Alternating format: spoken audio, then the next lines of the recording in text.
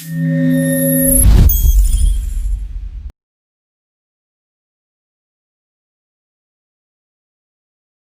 pertama, apa itu rizki?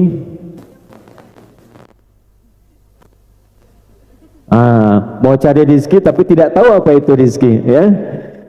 Yang penting rizki itu bukan orang, bukan nama orang, bukan pemenang medali emas SEA Games yang angkat besi itu, ya. Bukan juga seorang pengusaha, tapi kita kembalikan ke ayat Quran surah ke-51 di ayat 22. Wa fis samai rizqukum wa ma tu'adun. Dan di langit telah aku tetapkan rezeki untuk manusia berkehidupan itu dan segala yang dijanjikan untuk memenuhi kebutuhan manusia di muka bumi. Perhatikan dulu sini, fokus baik-baik. Jadi para ibu sekalian khususnya, semua kehidupan kita di muka bumi ini, apapun yang kita akan kerjakan, itu Allah telah siapkan semua perlengkapannya. Persis seperti akan masuk ke rumah, kita mau bertugas misalnya, mau bersih-bersih, gak mungkin kalau nggak ada sapunya kan. Kita mau lap, gak mungkin kalau nggak ada lapnya kan. Nah sama, kita hidup di muka bumi ini, semua apa yang kita perlukan, kelengkapannya sudah Allah siapkan. Dipersiapkan untuk memudahkan semua kebutuhan hidup kita di muka bumi ini. Nah semua yang terkait dengan kebutuhan kita itu bahasa singkatnya disebut dengan rizki. Jelas? Paham? Nah, kalau sudah jelas mari kita akhiri. Baik ya. Jadi persingkat dulu. Semua yang kita butuhkan untuk memenuhi tugas kehidupan di muka bumi ini disebut dengan apa namanya? Nah, satu saya tulis dulu ya, dan saya berdiri. Ini nggak apa-apa walaupun kecil, tapi nanti ada dokumentasi yang tertuliskan sehingga nanti kalau mau ditulis kembali bisa memudahkan. Baik ya. Mudah-mudahan kalau ada space masih bisa berbagi, kalaupun tidak ada ya mudah-mudahan sabar ya. Belakang berdiri, saya pun berdiri di depan ya. Baik, ini kelihatan di belakang? Tidak, ya memang belum saya tulis, nanti kalau sudah saya tulis baru kelihatan. Satu, nah ini rizki. Baik. Semua yang kita butuhkan dalam menjalani kehidupan di muka bumi ini disebut apa namanya? Baik. Butuh makan nggak saat di bumi ini? Butuh minum nggak? Butuh berpakaian nggak? Nah, itu disebut dengan apa? Rizki. Baik. Butuh tenang nggak? Butuh nyaman nggak? Nah, maka ketenangan pun disebut dengan apa? Nah, jadi rizki jangan dipahami dengan uang saja. Karena ketenangan juga rizki. Punya uang tidak tenang, tidak akan nyaman hidupnya. Ya, saya tanya nih, pilih mana ya? Tapi nggak ada pilihan ketiga nih. Dari sekarang saya ingatkan, pilih mana? Kaya tapi gelisah atau miskin tapi tenang? Oh. Mau miskin tapi tenang. Kaya tapi nah itu. Jadi saya ingin tunjukkan pentingnya rizki berupa ketenangan, karena banyak orang memahami rizki itu hanya untuk materi saja. Uang rizki, mobil rizki, dapat rumah baru rizki, dapat harta baru, dapat suami baru. Udah aja. Udah sini, fokus dulu. Tapi semua itu tidak akan pernah mendapatkan kebahagiaan kalau tidak disertai dengan Nah, termasuk di rumah, ketenangan oleh Al-Quran didahulukan dibandingkan dengan materi harta yang kita dapatkan. Harta yang kita dapatkan itu disebut dengan maddah namanya. Jamaknya mawaddah. Pernah dengar mawaddah? Nah ya, baik. Nah ini ada mawaddah di sini. Mawaddah ini harta yang kita inginkan. Dari Indonesia datang sampai ke Hong Kong mencari mawaddah. Ya, cari kebutuhan-kebutuhan, kadang dikirim ke rumah, kampung halaman, kadang dipakai di sini. Itu yang kita kumpulkan tuh mawaddah. Tapi dahsyatnya mawaddah ini ketika disebutkan di dalam Al-Quran didahului dengan sakinah. Tuh. Sakinah. Baru setelah ada sakinah dan mawaddah, dengan sendirinya muncul rahmah. Ya, maka disatukan sakinah, mawaddah dan disingkat samara. Ya, bumbunya sambara. Udah, samara itu ada di Quran surah ke-30 ayat 21. Kenapa sakinah didahulukan ketenangan? Sebab kalaupun mawaddah ini banyak terkumpul, tidak ada sakinah, maka hampa kehidupan bahkan di dalam rumah tangga. Nah, saya ingin pahamkan dulu para ibu sekalian, fokus baik-baik, jangan pernah batasi rizki pada kebutuhan-kebutuhan fisik saja. Artinya yang dimakan digunakan oleh tubuh kita, pakaian, minuman, makanan, uang, dan seterusnya, itu betul rizki. Tapi ada rizki-rizki lain juga yang penting, bahkan ditampilkan dalam Al-Quran. Anak rizki bukan? Suami rizki bukan? Awas, hati-hati, mana yang didahulukan, anak atau uang? Ketika pencarian uang kita mengabaikan perhatian terhadap anak, nah itu pun nanti ada tuntunan dalam Al-Quran. Bagaimana menyeimbangkannya? Jangan sampai kita mencari jauh-jauh keluar, yang buat kita berikan tidak terperhatikan. Nah, oleh karena itu kita nanti akan belajar, walaupun tempatnya jauh dari Indonesia misalnya, ada keluarga yang ditinggalkan, bagaimana kita mendapatkan rizki yang satu tapi tidak mengabaikan rizki yang lain. Baik ya? Karena nanti ada hidup yang tidak seimbang. Rizki harta dicari-cari, yang pemberian Allah yang sudah didapatkan tidak terawat. Maka biasanya kalau tidak terjadi keseimbangan akan berpengaruh pada ketidaknyamanan dalam kehidupan. Nanti sebelum betul, nanti kita akan jadikan sebagai topik pembahasan. Jadi saya buka sebagai pendahuluan dulu, muqaddimah dulu supaya paham dan kita rinci satu-satu. Rizki, kita tempatkan yang pertama ketenangan. Nanti amalannya apa untuk mendapatkan rizki ketenangan ini? Sebab kalau tidak dikerjakan amalnya, tidak akan dapatkan rizkinya. Jelas? Dua, ada keluarga. Awas. Harta yang paling ada. Hafal. Dah, dua ya. Nah, itu kan yang paling berharga. Jangan sampai nanti jauh-jauh tapi lupa dengan anak. Jauh-jauh lupa dengan pasangan. Katanya kan itu yang paling berharga. Nanti kita cepat-cepat ya. Yang ketiga, baru apa yang kita sebut dengan materi. Di sini ada uang apapun bentuknya, mau dolar, mau real, mau rupiah dan seterusnya. Di sini ada misalnya makanan, ada minuman, ada pakaian dan seterusnya. Sandang, pangan dan mau papan, mau karpet, mau apa terserah ya. Pokoknya ini masuk dalam bab rizki sini. Ini dulu tiga bagian ini. Jelas sampai di sini sekarang? Nah, jadi yang akan kita pelajari bukan hanya bagaimana cara bahagia mencari uang, bagaimana cara senang dalam bekerja walaupun dirantau orang, tapi bagaimana tenang dalam menjalaninya. Bagaimana keluarga juga nyaman mengetahui kita ada di sini, hubungannya tersambung dengan baik dan seterusnya. Ini satu bagian terlebih dahulu. Ya. Wa fis samaa'i rizqukum wa ma tu'adun. Dan di langit sebelum ditetapkan di bumi, Allah sudah mengatur ketentuan ini dan dijanjikan akan diberikan kepada seluruh hamba Allah yang berkehidupan di bumi. Hong Kong bumi bukan, Indonesia bumi bukan, Amerika bumi bukan. Jadi aturannya sederhana, sepanjang kita berpijak di bumi, dimanapun kita berada, apakah itu ke Hong Kong, apakah itu kemudian ke Cina, apakah kembali ke Indonesia, sepanjang ada di bumi, Allah telah berjanji tiga-tiganya ini akan diberikan kepada kita kemudahan kalau kita mau mengikuti petunjuk Al-Qur'an. Nah, sampai di sini mukadimah yang kedua, jelas?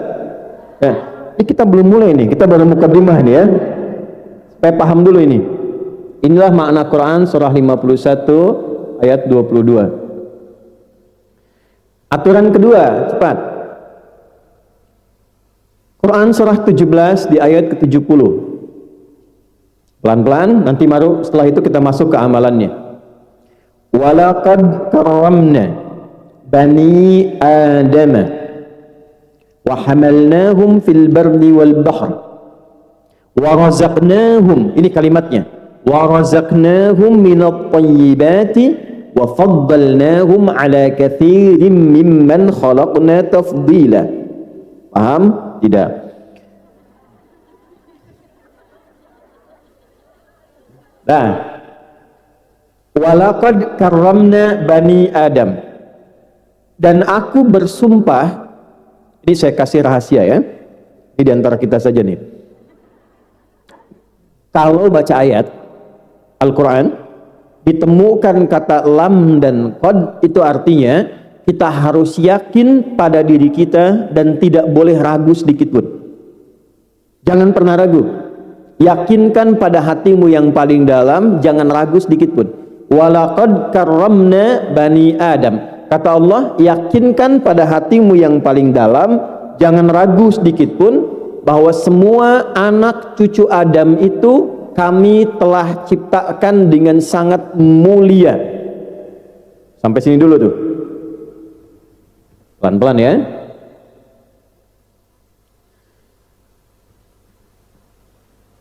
Anak cucu Adam itu manusia bukan? Ya. Manusia itu namanya ada 5 dalam Al-Quran. Ada berapa?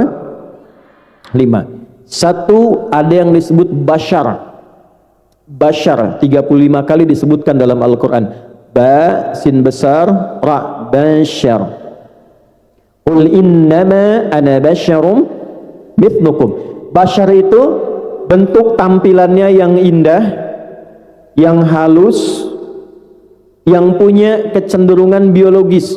Jadi tampilannya indah kalau laki-laki, perempuan kulitnya halus, laki-laki ganteng, perempuan cantik, tampilannya indah, menawan, itu bashar namanya. Oke? Nah, semua manusia yang diciptakan, baik jadi laki-laki, jadi perempuan, dibandingkan dengan makhluk lain, ini tampilan yang terbaik. Kalau ibu nggak percaya, datang kebun binatang. Ada kebun binatang nggak di Hongkong nih? Absen satu-satu. Panggil harimau, cek. Secantik-cantiknya warna kulit harimau, tetap lebih cantik kulit ibu. Betul. Bandingkan aja coba. Ya? Gak percaya lagi, absen kedua, badak. Coba lihat. Ya, terus satu-satu. Jadi kalau sudah tahu fisik ini bagus, sudah baik, Allah tegaskan laqad khalaqnal insana fi ahsani. Nah, kalau sudah diciptakan bagus, tampilannya baik, jangan dirubah-rubah. Ya. Sebab perhatikan, takwim itu artinya bukan hanya tercipta baik, tapi diciptakan sesuai fungsi dan kebutuhannya. Jadi saya diciptakan begini, tidak seperti Ustadz Muhaimin misalnya, atau sebaliknya, karena untuk hidup saya yang terbaik begini. Kalau hidung saya dikoreain dikit, dimancungin dikit misalnya, itu tidak akan maslahat untuk hidup saya. Ya, coba Sule, tahu Sule enggak? Kalau tidak diciptakan pesek, itu suaranya nggak akan bagus. Demikian yang lainnya. Makanya nanti turun Al-Quran mengatakan, kalau sudah Allah ciptakan, jangan rubah-rubah. Karena ada fungsi kehidupan yang sesuai dengan fitrah penciptaan. Jelas sampai sini? Nah, jangan pernah bandingkan diri ibu dengan perempuan-perempuan lain. Seperti yang laki-laki pun jangan bandingkan dengan laki-laki lain, karena tampilan yang seperti ini yang terbaik untuk hidup kita. Tampilan orang lain yang terbaik untuk orang lain. Ya, yang paling parah jangan merubah fitrah. Laki-laki aja. Perempuan jangan laki-laki menjadi perempuan ingin seperti. Nah, ketika memaksa merubah fitrah, pasti hidupnya akan gelisah dan susah. Nah, bikin status tuh ya. Ketika memaksa merubah fitrah, hidupnya pasti gelisah dan ayo di Instagram tuh. Dah pelan-pelan. Sudah, dua, ada ins namanya. Ya ma'syarul jinni wa ma khalaqtul jinna wal ins, disebutkan 18 kali dalam Al-Quran. Ins itu sifat dasar yang lembut, yang halus. Lawannya jin. Jadi yang makhluk halus itu ibu. Ya. Ins itu punya 3 arti. Ada berapa arti? 1, ins itu tampak. Lawannya jin, tersembunyi. Kenapa jin disebut jin? Karena tak nampak, tersembunyi. Jadi kalau ada jin melakukan penampakan, itu jin sedang bermasalah, keluar fitrah. Kenapa? Karena penampakannya tersembunyi harusnya. Sama dengan manusia. Manusia disebut ins karena tampak. Jadi kalau ada nanti yang suka pulang sembunyi-sembunyi, ya, datang sembunyi-sembunyi, sama dengan sedang punya masalah karena keluar dari orang. Kalau tidak ingin ketahuan masalahnya, sembunyi-sembunyi. Ada nggak yang mencuri terang-terangan?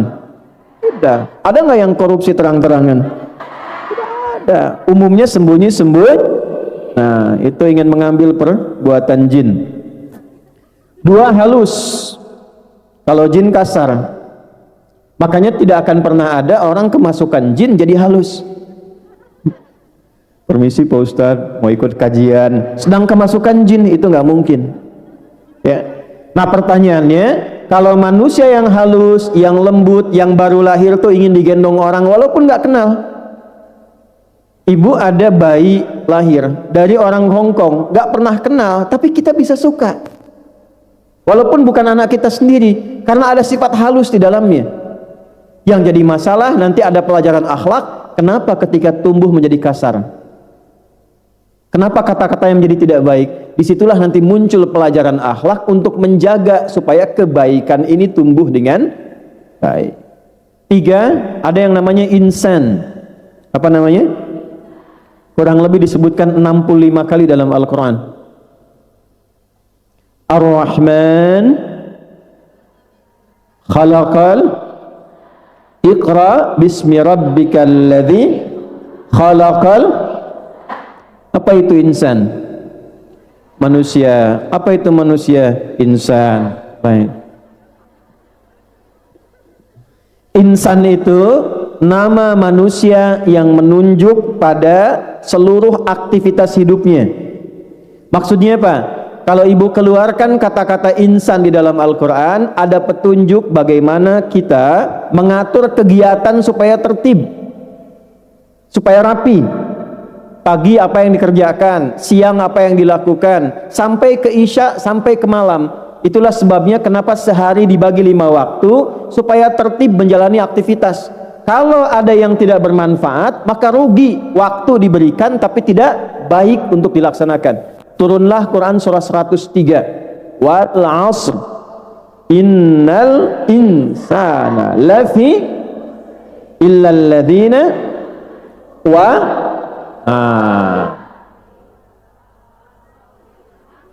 tawassaw. Aku bersumpah, kata Allah, demi modal waktu yang diberikan untuk hidup manusia beraktivitas. Kita sehari diberikan modal kurang lebih 24 jam. Pertanyaannya, dari 24 jam itu mana yang bermanfaat? Berapa jam yang jadi soleh? Ini dari tadi nunggu tadi sampai dengan di sini. Menunggunya sudah soleh belum? Bicaranya sudah soleh belum? Melihatnya sudah soleh belum? Jadi kalau ada 1 jam dari 23 jam dipakai dengan yang salah, tidak menjadi soleh, kata Allah rugi, tidak punya nilai. Nah, oleh karena itu dipandu dalam Al-Quran bagaimana menjadikan 24 jam ini semua aktivitas kita, kegiatan kita soleh di mata Allah. Ya, nah ini namanya apa? Nah, nanti kalau ngaji lagi ada ustadz yang lain lagi, silahkan nanti turunkan kata-kata ini. Ada panduan dalam Al-Quran memandu tubuh kita dari ujung kepala sampai ujung kaki menjadi soleh. Saya ambil contoh, nanti ngajinya, kalau bisa ngajinya harus terukur supaya nanti manfaatnya dapat banyak. Ya. Insan tadi, kalau dikeluarkan kata insan, nanti kita akan temukan bagaimana menggunakan fungsi dari tubuh dulu sebelum dipakai beraktivitas supaya semua yang digunakan di tubuh ini bermanfaat. Contoh, cepat saja. Ini mata apa fungsinya? Tuh. Melihat yang baik. Kenapa ada penting kalimat baik? Baik itu kan soleh. Soleh menurut Allah, ya itu baik menurut Allah disebut soleh. Kalau hanya melihat, kambing melihat, ayam melihat, elang dan penglihatannya lebih tajam daripada kita. Tapi mata hewan tidak dihisab, mata kita dihisab. Karena mata ini dihisab, maka Allah turunkan fungsinya. Lihat yang soleh-soleh, lihat yang baik-baik. Maka nanti turun ayat di Al-Quran membimbing bagaimana cara mata ini melihat yang baik. Ya, untuk ibu, Quran surah 24 ayat 31 misalnya. Wa qul lil mu'minati yaghdudna min absarihinna. Muhammad sallallahu alaihi wasallam, ajarkan, viralkan kepada semua umatmu yang perempuan-perempuan, kalau sudah beriman, yakin dengan Allah sebagai Tuhan, buktikan imannya, masuk ke matanya hanya boleh melihat yang baik saja. Kalau tidak baik menurut imannya, awas hati-hati, bukan menurut budayanya, kata imannya nggak bagus, ya untuk menghormati itu indahnya Al-Quran, bukan untuk mencela. Di Quran itu jarang kita temukan dalam akhlak celaan. Ya, Fir'aun Fir'aunnya, catat tuh ya. Fir'aun jahat tidak? Jahat. Kriminal tidak? Tapi tidak pernah disebut nama aslinya. Gelarnya saja, seorang pejabat, seorang petinggi. Kenapa tidak disebutkan namanya? Karena yang salah bukan nama, yang salah perilakunya. Jadi kalau ada orang bersalah atau keluarga anak misalnya nakal, tidak bisa diatur, jangan disalahkan namanya, dirubah perilakunya, didoakan orangnya, tapi jangan digunjingkan namanya, karena yang salah bukan yang salah perilakunya. Nah, balik ke sini, Al-Quran mengatakan untuk bisa menghormati pandangan ini karena mulia harus dijaga. Maka apa yang terjadi? Kalau kata iman yang nggak bagus cukup palingkan, cukup palingkan, memalingkan dari yang tak baik itu disebut ghaddul basar namanya. Paham? Jadi bukan nggak boleh lihat, ketika yang dilihat itu nggak bagus, palingkan, memalingkan dari yang tidak baik supaya pandangan ini saleh disebut ghaddul. Nanti lengkap di Al-Quran, dari mata turun ke, jangan langsung ke hati aja, sini ke lisan, mata ke mulut. Ibu langsung ke hati aja. Dari mata turun ke mulut. Nanti ada ayat tentang lisan, apa yang harus dikatakan, apa yang tidak boleh dikatakan. Kalau semua ini sudah diatur dengan baik, ibu mau pakai kemanapun jadi orang baik. Bicaranya pasti baik, mendengarnya pasti baik, bekerja dimanapun jadi orang baik. Itu yang dimaksud saleh. Latihannya tidak cukup dengan mengatakan amin. Ya, latihannya keluarkan kata insan di dalam nas. Apa namanya? Disebutkan kurang lebih sebanyak 240 kali dalam Al-Quran. Dan ada satu surah paling favorit dalam Al-Quran bagi umat Islam di muka bumi hari ini. Surat apa itu nas? Manusia yang tidak bisa hidup sendirian. Dia butuh kawan, dia butuh teman. Karena itu nama ini memberikan pesan pada kita, catatin dengan baik ya, dimanapun kita berada, dimanapun kita berkehidupan, selalu membangun hubungan baik dengan orang-orang sekitaran kita dan jadikan sebagai bagian dari keluarga kita. Ya, ini pesan Al-Qurannya penting sekali karena nggak bisa hidup sendirian. Ibu pun ini yang dihimpun oleh majlis-majlis pengajian. Kalau sudah datang, ada database-nya, ada kehadirannya, persatukan sebagai keluarga. Jangan mandiri, satukan semuanya. kenali tinggal di mana, minimal saling mendoakan, saling mensupport. Itulah inti dari kata an-nas. Kita punya ayatnya, kita punya katanya, tapi prakteknya itu yang belum kita temukan secara total dalam kehidupan. Jadi kalau kita melihat kawan kita samping kanan kiri sebagai keluarga, pasti akan saling mendukung. Ya, saya turut mendoakan ya. Kemarin saya mengamati, menyimak dan masih bertanya tadi malam saat saya landing. Besok insya Allah juga ada agenda untuk menyolatkan ya. Ya, mudah-mudahan saudari-saudari kita yang kemarin wafat dalam satu musibah dijadikan syahid oleh Allah Subhanahu wa taala. Ya. Salah satu syahid itu ada namanya syahid fis sama. Allah tetapkan syahid, ditetapkan walaupun tetap dimandikan, disolatkan tapi statusnya syahid. Di antara yang syahid itu adalah orang yang wafat dalam keadaan beriman dan mengalami musibah seperti tenggelam, kebakaran, dan saat dalam proses melahirkan itu statusnya syahid dalam pandangan Allah Subhanahu wa taala. Mudah-mudahan diterima amal ibadahnya oleh Allah ya. Nah, ini kalau sudah seperti itu tertib. Jauh dari Indonesia, tinggal di Hong Kong, nasnya dipakai. Kita nggak bisa hidup sendirian. Kita pun butuh berinteraksi dengan orang-orang lokal. Maka bersikap baik pada orang-orang yang ada di Hong Kong, menaati aturan yang ada di sini. Kalau itu sudah dilakukan dengan benar, ada jaminan dalam Al-Quran, maka kehidupan itu akan dijaga oleh Allah dengan cara yang tertib dan baik. Ditemukan di Quran surah ke-49 itu ayat ke-13. Ya ayyuhan nasu, hai semua manusia tanpa kecuali, inna khalaqnakum min dzakari wa untha. Aku tetapkan kalian yang namanya manusia cuma ada dua jenis. Ada berapa jenis? Satu, min dzakarin, laki-laki, wa untha, perempuan. Wa ja'alnakum syu'uban wa qabaila. Dan aku tetapkan kalian tidak ada yang hidup di satu tempat. Di Indonesia pun tidak ada yang satu pulau. Kita paling banyak pulaunya itu 13.677 pulau. Itu belum termasuk Pulau Gadung, Pulau Gebang dan yang lain-lain itu. Ya. Ada RT-nya, ada RW-nya, kelurahannya, kecamatannya. Tidak ada yang hidup di satu tempat. Termasuk keluar dari Indonesia, terbang kurang lebih 5 jam, kita temukan Hong Kong. Jadi selain yang di Indonesia, ada yang tinggal di mana? Hong Kong, ada yang di Malaysia, ada yang di Cina, di Afrika, di Amerika. Perhatikan kalimatnya. Lita'arafu. Apa itu ta'aruf?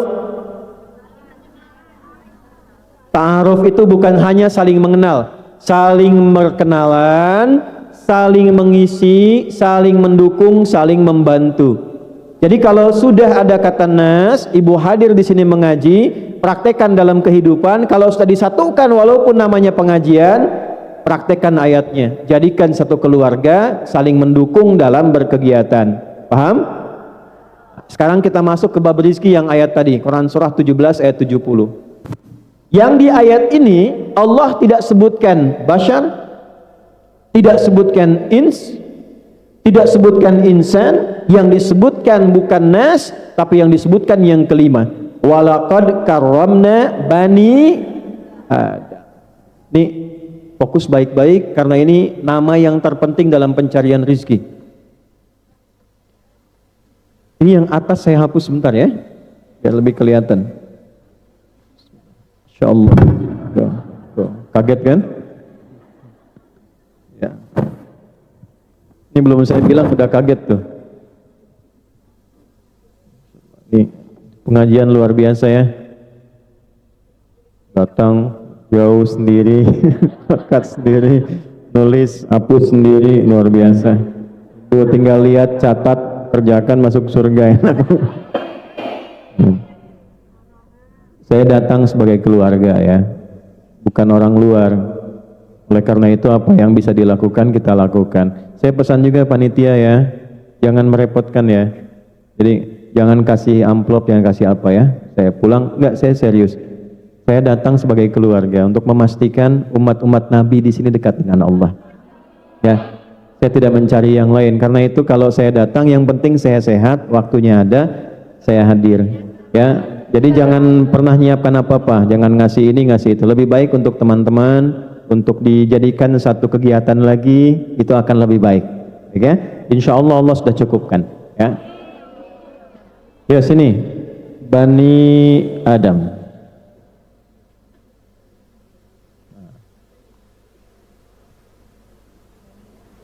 Bani Adam disebutkan 7 kali dalam Al-Quran.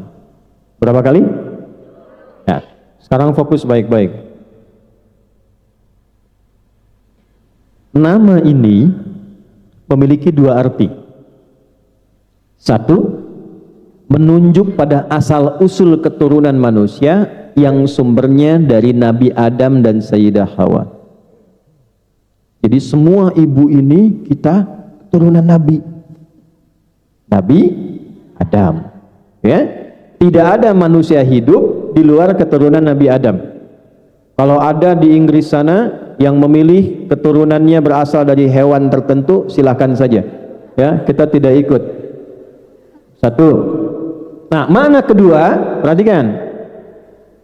Pada kisah Nabi Adam ini, sebelum turun ke bumi, Allah sudah berikan training, istilahnya, istilah kita sekarang. Pembekalan-pembekalan yang di dalamnya ada materi tentang rizki.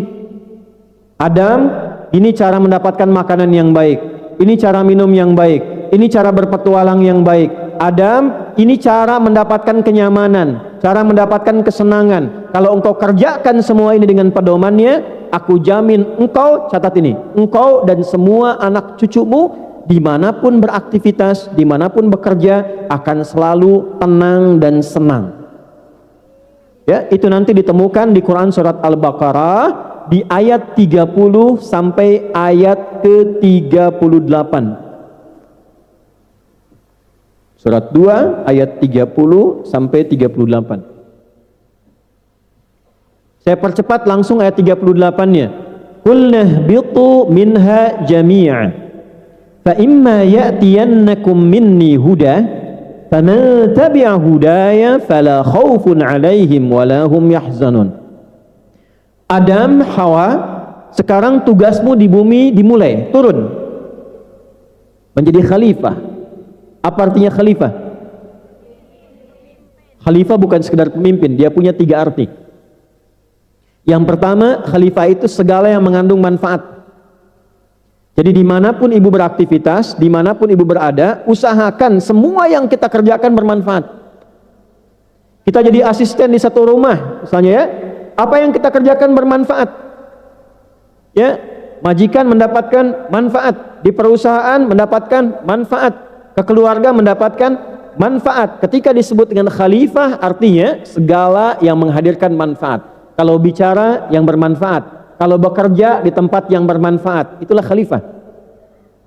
Yang kedua, sukses dan makmur. Kalau mau bekerja, jangan tanggung sampai sukses. Kesuksesan itu digunakan untuk memakmurkan tempat kita berpijak. Makanya saya sepakat tuh, ya, dengan PMI, nama Pekerja Migran Indonesia. Karena ibu sedang bekerja memakmurkan negara, devisanya banyak pulang. Ya, saya termasuk dari tahun 2005, sejak era Pak Jumhur Hidayat, itu saya termasuk yang menyuarakan kesejahteraan, ya, perlindungan bagi PMI yang sekarang disebut dengan PMI itu, Pekerja Migran Indonesia. Kenapa? Karena jasanya terhadap bangsa itu kuat. Kata itulah yang disebut dalam Al-Quran dengan khalifah, memakmurkan tempat yang kita pindah. Yang ketiga, khalifah itu saling menggantikan. Gak ada yang abadi bu sifatnya. Semua yang tinggal di bumi akan digantikan oleh generasi yang lainnya. Maaf, saya ulangi lagi, maaf, ibu ada kakek masih hidup? Masih. Kalau masih hidup, ada buyut? Masih hidup. Buyut meninggal digantikan oleh kakek kita. Kakek tidak ada digantikan oleh ayah ibu kita. Ayah ibu tidak ada digantikan oleh kita. Kita tidak ada digantikan oleh anak keturunan kita. Demikian saling menggantikan. Di negara pun begitu. Orang-orang yang senior digantikan oleh yang muda-muda kemudian hari. Maksud saya apa? Kenapa disebut khalifah? Walaupun ibu kerja jauh, Jangan sampai lalai dalam perhatian pada keluarga, karena nanti yang menggantikan ibu tuh anak-anak ibu juga. Yang menggantikan ayahnya, anak-anaknya juga. Itulah kenapa disebut dengan khalifah. Nah, dalam mengerjakan kegiatan ini, Allah turunkan pedoman. Kata Allah, Adam, Hawa, bawa tugas ini di bumi, aku siapkan pedoman disebut dengan hudan namanya. Apa namanya? Saya tulis dulu ya, hudan. Itu ada reporter satu namanya Hudan.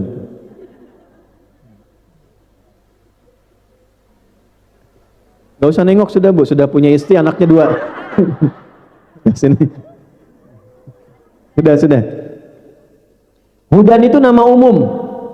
Nanti setiap umatnya diberikan nama khusus untuk membedakan umat satu dengan yang lain. Misal, ibu kenal Nabi Musa.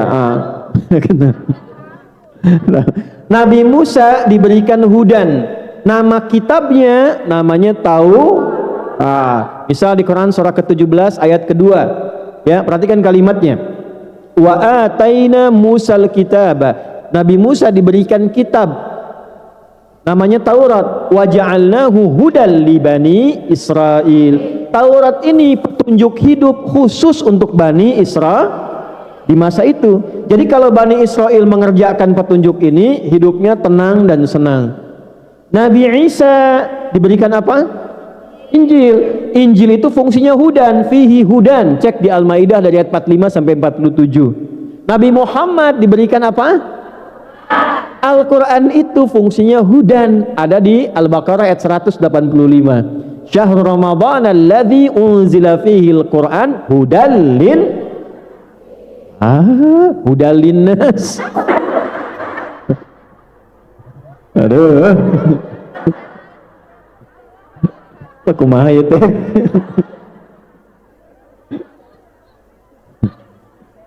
Jangan suka pindah-pindah ya. Apalagi pindah ke lain hati itu. Awas. Sudah. Udah jauh-jauh ngaji sampai 185 pindah ke ayat 2. Dan nanti sesi kedua di akhir kita belajar cara cepat menghafal Quran. Mau? Ya. Nanti saya bantu nanti belajar 5 menit hafal Quran, caranya dengan halamannya, dengan nomornya, dengan posisinya. 5 menit insyaallah. Oh, baik. Ya, nanti di akhir ya. Baik ya, apalah ya, sudah. Dah, nyambung dulu, belum selesai kita. Nah, di Al-Quran itu semua isinya disebut hudan. Apa itu hudan? Pedoman hidup. Karena sifatnya hidup, dalam hidup kita butuh rizki, maka di Quran pun ada pedoman cara mendapatkan rizki. Yang kalau kita ikuti itu, janji Allahnya, fala khaufun alaihim walahum yahzanun. Akan dipastikan dimanapun dia hidup dan beraktivitas. Ibu mau ke Hong Kong, mau ke tempat lain, mau kemana pun, Allah jamin dimanapun dia berada, la khauf, tidak akan pernah gelisah. Apa lawan gelisah? Tenang. Walahum yahzanun, tidak akan pernah sedih. Apa lawan sedih? Senang. Jadi bekerja apapun akan senang sepanjang mengikuti pedomannya. Dimanapun akan senang. Jadi kalau mau ibu ada di sini, ada di sana, di tempat lain, kesenangan itu ada. Di sini, di sana, di mana-mana. Ya, bukan hanya hatiku, pekerjaanku, kehidupanku, keluargaku hadir di dalamnya. Nah, sekarang kenapa disebutkan 7 kali Bani Adam dan terkait dengan pedoman berkehidupan termasuk mencari rizki? Saya tanya, ini bukan ilmu otak-atik ya, perhatikan kalimatnya, ini ilmu Quran khusus ini. Kita itu beraktivitas, hidup, bekerja, berkehidupan dalam sepekan berapa hari? Seminggu berapa hari? Disebutkan 7 kali dalam Al-Quran. Kalau pedoman ini digunakan setiap kali ibu beraktivitas, bekerja 7 hari dalam sepekan, termasuk istirahatnya, kerjanya dan sebagainya, pastikan dalam keadaan apapun Allah jamin senang dan tenang. Ini rahasianya, kenapa yang disebutkan ini bukan yang lain. Nah, sekarang masuk ke bab rizkinya. Kalau sudah paham ini, masuk ke bab rizkinya. Wa razaqnahum minat thayyibat. Ketentuan yang pertama, Kalau ingin mencari rizki, walaupun di tempat yang jauh dari tempat kita terlahir, tumbuh dan berkembang, singkatnya sampai ke Hong Kong ini misalnya, pastikan kaidah yang pertama, cari pekerjaan yang baik.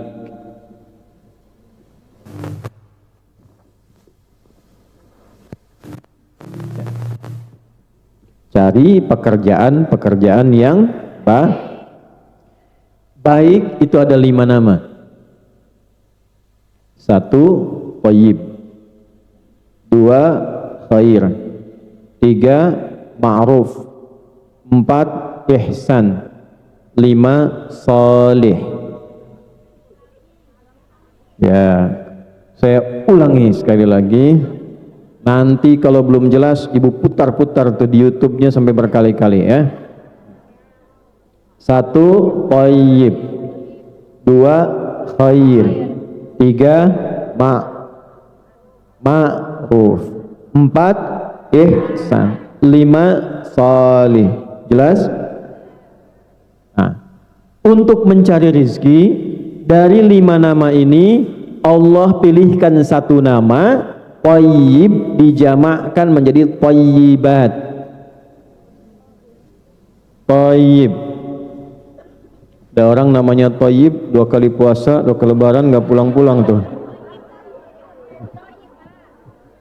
Dah. Dah siap.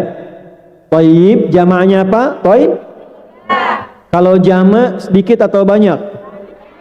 Maksudnya apa? Allah ingin mengatakan, ini yang baik-baik sudah saya tebarkan banyak. Kalau saya sudah siapkan banyak yang baik, mengapa memilih yang tidak baik? Karena ada resiko, ketika memilih yang tidak baik, mungkin uangnya banyak dapatnya, tapi karena tidak baik, tidak membuat keadaan hidup kita pun menjadi lebih baik. Kata Allah, harusnya tenang, nanti jadi gelisah. Harusnya senang, nanti jadi nggak nyaman. Jadi Allah itu ketika menurunkan hukum bukan ingin membuat kita sulit, bukan, supaya hidup kita bahagia. Saking pentingnya bahagia, ibu bikin judul mencari rezeki yang berbahagia. Nah, kalau ingin mencari rezeki yang membahagiakan, kata Allah, saya sudah tebarkan yang baik-baik. Kalau sudah Allah siapkan yang baik-baik, maka kita tinggal mencari menemukan yang baik itu sesuai dengan yang Allah ingin. Nah, jelas sampai sini? Nah, sekarang ya, jadi yakinkan dulu pada hati kita bahwa ketika kita jadi orang baik, diciptakan orang mulia, rizkinya pun harus baik. Kalau mencari dengan cara yang tidak baik, itu pasti membuat gelisah. Bagaimana mengetahui yang baik itu? Ada 2 caranya. 1, thayyib itu bisa dengan caranya. Yang kedua, bisa bentuknya atau jenis pekerjaannya.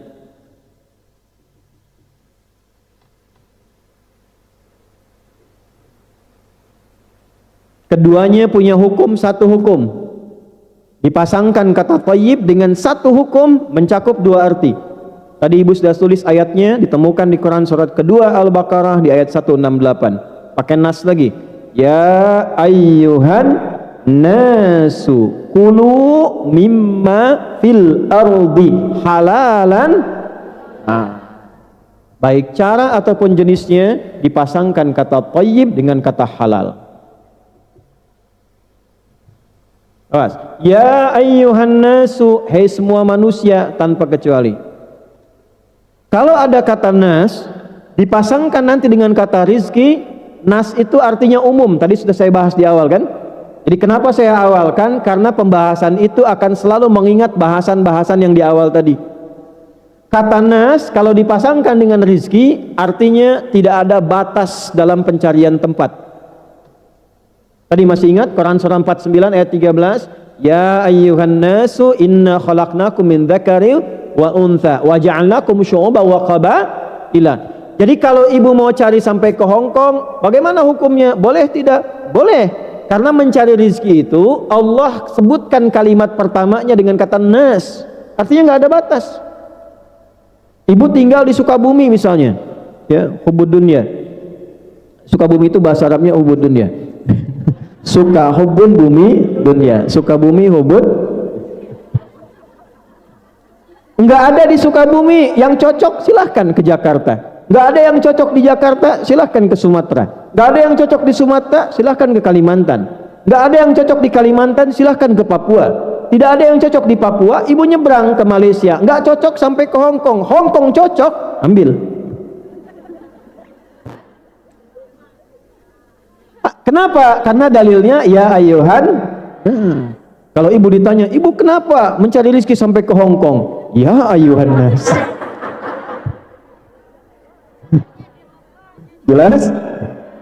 Nah, cocok boleh, tapi tidak boleh dicocok-cocok kan. Karena itu muncul kaidah selanjutnya. Kulu mimma fil ardi. Silahkan cari makan, kerja. Kenapa disebutkan cari makan? Karena umumnya orang kalau ditanya mau kemana dalam bekerja, jawabannya biasanya mencari sesuap nasi, kan? Walaupun yang dimakan satu rice cooker. Ya ayyuhan nasu kulu mimma fil, carilah di bagian bumi yang bisa kamu jangkau. Di sini nggak ada yang cocok, ya. Bukan karena tidak berbakat, tapi tempatnya tidak sesuai. Jadi kalau ibu banyak ditolak di berbagai tempat, bukan karena ibu tidak unggul, bukan, karena keistimewaan ibu tidak cocok berada di tempat itu. Cari tempat lain. Allah ciptakan kita itu dengan istimewa. Kalau ada tempat yang tidak sesuai, berarti keistimewaan kita belum dibutuhkan di situ. Ya, nggak harus selalu bersyukur. Ya supaya tidak banyak kecewa, melamar di sini ditolak, kecewa. Ini jangan, cara berpikirnya begini, kalau di tempat tertentu kita tidak dibutuhkan, kita ditolak, katakan, terima kasih ya Allah, keistimewaanku belum dibutuhkan di sini. Cari tempat lain. Jelas? Nah, sekarang hari apa? Minggu. Oh iya. Ahad kan? Baik, Ahad ada yang nyebut Minggu, ya. Nanti Senin, Selasa, Rabu. Kukira ini hari Minggu, ternyata nanti hari Rabu. Nah, kukira engkau menunggu, ternyata cari yang pekerjaan maksudnya. Pekerjaan sampai ke liang lahat. Kalau Anda menunggu pekerjaan yang tidak cocok, selalu cari yang baru sampai ke liang lahat. Itu maksudnya. Tuh. Nah, sini. Jadi kalau nanti ada yang tanya Ustadz, ibu kenapa sampai ke Hong Kong? Ibu jawab, ya ayyuhan kulu mimma fil ardi. Baik, belum selesai. Halalan. Kalau ingin dapat yang thayyib tadi, yang sudah Allah tebarkan, kaidah yang pertama, temukan yang thayyib itu prinsipnya dengan yang Untuk menemukan halal ini didapatkan dengan dua hal. Satu, lihat cara mencarinya. Apa lawan halal? Jangan sampai mencari rezeki dengan cara yang sepanjang yang haram dihindari, pasti dapatnya thayyib. Mencuri halal tidak. Berarti harta yang dihasilkan dari pencurian sifatnya tidak thayyib. Pasti gelisah. Kalau thayyib pasti senang, pasti tenang. Makanya tidak ada pencuri yang tenang. Gelisah. Nah, koruptor juga nggak tenang, Bu. Jangan dikira koruptor itu tenang. Makanya ketika mau korupsi sembunyi-sembunyi, nggak ada yang terang-terangan. Ya, oh, itu kijangnya sudah akan sampai, tolong dijemput ya. Kijang tuh, padahal uang korupsi. Ya, nggak mau ketahuan. Makanya kalau sudah berbuat kejahatan yang besar, pasti melakukan yang kecil-kecil. Untuk menutupi kejahatan yang besar, minimal yang kecil-kecil. Mulai dari bohong, nanti muncul nyogok. Artinya apa? Hidupnya tidak Ibu jauh-jauh sampai ke Hong Kong. Kalau untuk cari yang haram, untuk apa? Jelas? Jadi saya tidak ingin dengar lagi ada kasus di Hong Kong pencurian misalnya. Ya? Penjamretan. Tidak jadi taati aturan dengan cara yang benar. Baik, ini poin 1. Cara itu ada 2. cara yang dibenarkan oleh hukum positif pemerintah setempat, cara yang dibenarkan oleh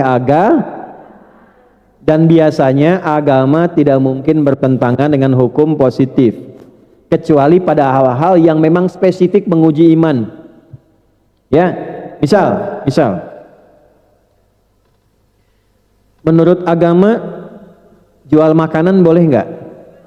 Boleh. Tapi ada makanan-makanan yang dinilai oleh agama membahayakan, baik untuk iman ataupun untuk kesehatan. Misal minuman keras dari minuman, ya, minuman keras itu merusak pada pikiran. Karena merusak kepada akal, agama Islam melarang. Kenapa? Supaya fungsi akalnya tetap sehat. Kalau akal terganggu, berpikirnya tidak baik, hidupnya terganggu juga. Itulah sebabnya kenapa diharamkan minuman keras, supaya fisiknya sehat, akalnya sehat, hidupnya benar. Kalau itu dikonsumsi, ibu mau kerja dimanapun, tiba-tiba mengkonsumsi itu, pekerjaan akan terganggu. Minimal kalau akalnya rusak, bicaranya tidak teratur. Kalau bicara sudah tidak teratur, siapa yang bisa menggunakan jasa ibu dalam kehidupan? Tidak ada. Nah, oleh karena itu, yang pertama dipastikan, kalaupun secara hukum pemerintahan misalnya boleh, tidak dilarang, tapi kalau hukum agama mengatakan tidak dibenarkan, maka coba cari peluang lain, kesempatan lain yang kira-kira bisa menggunakan cara pencarian rezeki yang lebih baik. Maksudnya apa? Walaupun uangnya banyak, tapi didapatkan dengan cara yang tidak baik, itu tidak akan membahagiakan. Ujungnya jadi penyakit nantinya. Ya, jelas sampai sini? Ya, pilih mana? Gaji 100 juta haram atau 10 juta halal?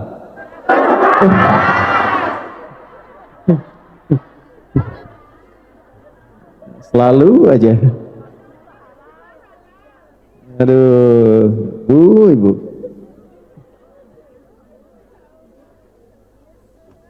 Ya, makanya sama perempuan jangan hitung-hitungan rezeki.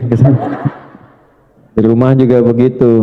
Harta saya, harta suami, udah balik lagi. Sallu ala Nabi. Sampai mana tadi? Baik ya. Ya. Jadi berupaya, satu, caranya selalu mencari dengan cara yang itulah sebabnya kenapa banyak kasus-kasus mencari rezeki di zaman Nabi itu dikoreksi, diperbaiki caranya langsung oleh Al-Quran. Ada yang mencuri, ada dulu satu kampung itu isinya pencuri semua. Zaman jahiliyah, sekampung pencuri semua. Kampung pencuri, namanya Ghifar. Yang berasal dari Ghifar ini disebut Al-Ghifari. Ya, jadi kalau ada yang namanya Al-Ghifari, kampung pencuri itu. Dulu. Sebelum Islam. Nama pimpinannya namanya Jundub bin Junadah. Ya, nanti setelah masuk Islam berubah nama menjadi Abu Dzar Al-Ghifari. Itu kunyahnya Abu Dzar Perhatikan ya, tidak ada yang lewat ke situ kecuali harus setor. Kalau tidak habis semua. Tapi setelah masuk Islam, ditinggalkan pekerjaan itu, berubah pekerjaan itu, tiba-tiba ibu tahu apa yang terjadi? Rizkinya mengalir banyak, hidupnya tenang, jadi dai, pensiun jadi preman, jadi ustadz, sekampung masuk Islam banyak, tiba-tiba berubah tempat itu, desa itu, dari desa tukang begal, desa pencuri, berubah jadi desa yang baik, desa yang menginspirasi, desa orang-orang soleh. Saking bangganya dengan nama itu, maka ingin banyak disebut orang dengan nama Al-Ghifari. Asalnya desa preman. Jadi kalau ada film preman pensiun, nah itu dulu sudah ada. Ya, namanya Abu Dzar Al-Ghifari. Nah, pokoknya meninggalkan yang haram untuk mengejar kepada yang halal, itu pasti Allah ganti. Ya, dirubah ketidakbaikannya, dirubah hal-hal yang tidak menyenangkannya, dirubah. Pertama kali diberikan oleh Allah itu ketenangan. Jadi kalau Allah menginginkan ibu berubah, ya, yang pertama dikasih bukan dunia, Bu, terlalu kecil. Saya ulangi ya, yang pertama Allah kasih pasti bukan dunia. Misal nih, ada pekerjaan yang nggak tepat, ibu pengen cari yang lebih baik. itu yang Allah berikan pertama kali, bukan gaji yang banyak dulu, bukan uang yang banyak, tapi yang pertama Allah kasih ketenangan dulu pada hati. Itu yang mahal. Nanti kalau hati sudah tenang, sudah bisa megang uang yang halal, sudah bisa menggunakan yang sedikit tapi berkah, Allah tambah tanpa batasan. Abdurrahman bin Auf sebelum masuk Islam kaya, tapi kayanya dari hasil yang tidak baik. Allah tidak ingin terjadi masuk Islam yang tidak baiknya dibuang semua, mulai dari awal usaha lagi, tiba-tiba 2 tahun jadi orang nomor 3 paling kaya di kota Madinah. Setelah 4 tahun, 5 tahun Nabi meninggal dunia, jadi orang nomor 1 paling kaya di Madinah, yang kapaknya saja ada cerita mengatakan terbuat dari emas. Ada kajian menghitung, saya waktu mendapatkan referensi menghitung itu kurang lebih valuasi itu nilai hartanya waktu itu kalau dihitung sekarang itu jumlahnya 14.000 triliun. Utsman bin Affan modalnya kebun dengan sumur. Setelah masuk Islam diwakafkan itu, dijadikan amal saleh, sampai sekarang kebunnya masih ada, punya hotel setelah 15 abad. Penghasilan dari hotel itu disedekahkan untuk umat Islam, baik yang di Madinah ataupun orang luar yang membutuhkan. Mau seperti itu? Nih caranya, Allah sudah tebarkan yang halal, sudah tebarkan yang thayyib. Kalau sudah diberikan yang baik, jangan cari yang tidak baik. Dah, itu cara yang pertama. 2 jenisnya, bentuknya.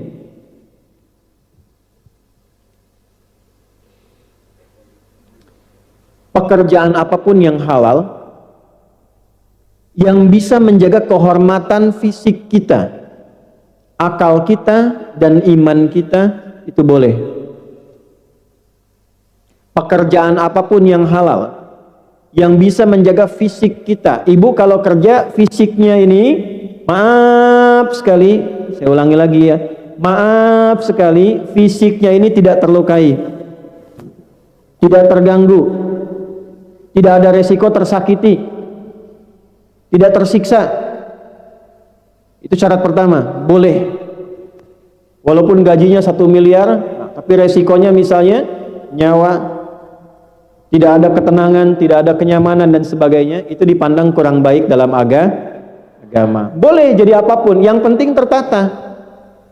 Oh, saya mau jadi asisten di satu rumah tangga, boleh, lihat jam kerjanya, apakah menyiksa kepada tubuh, tidak. Lihat majikannya, perilakunya bagaimana, bisa merendahkan martabat, tidak. Kalaupun gaji yang ditawarkan besar tapi kehilangan martabat, kehilangan waktu istirahat yang panjang, kehilangan ketenangan, jangan dipertaruhkan, karena masih ada rezeki Allah yang terbaik ditempatkan di tempat-tempat yang lain. Jelas? Ya. Saya insya Allah lihat kalau di Hong Kong ini aturannya sudah cukup baik ya, sudah stabil. Beberapa tempat itu kalau saya berikan pembekalan, saya selalu lihat dan saya terangkan tempatnya. Misal kalau di Arab itu dibagi 2. Ada Arab, ada A'rab. Kalau Arab itu orang kota, kalau A'rab itu orang pegunungan, orang daerah padang pasir. Beda karakternya. Kalau Arab di kota karena terdidik, itu kalimat-kalimatnya baik, perhatiannya baik. Tapi kalau daerah padang pasir, asyaddu nifaqa wa kufra. Ya, asyaddu kufra wa nifaqa. Karakternya keras, keinginannya tinggi. Jadi kalau naik mobil pun kalau ke Arab, supirnya itu dari Arab, itu ada caranya. Yang masuk pertama harus laki-laki, baru perempuan ikut. Kalau keluar, perempuan harus duluan, baru laki-laki setelah itu. Dan seterusnya, karena karakternya berbeda. Nah, di tempat manapun, mau di kantor, mau di pabrik, mau di rumah, dipastikan diupayakan satu, pekerjaan yang menyelamatkan terhadap tubuh seutuhnya. Jelas? 2, akal. Jangan sampai mencari pekerjaan yang di dalamnya ada bentuk atau jenis yang merusak terhadap akal. Walaupun dapat hasilnya banyak, tapi ada resiko akalnya terganggu, maka mohon maaf sebaiknya mencoba mencari pekerjaan yang lain. Ini dulu 1. Ini fisik, 2 akal.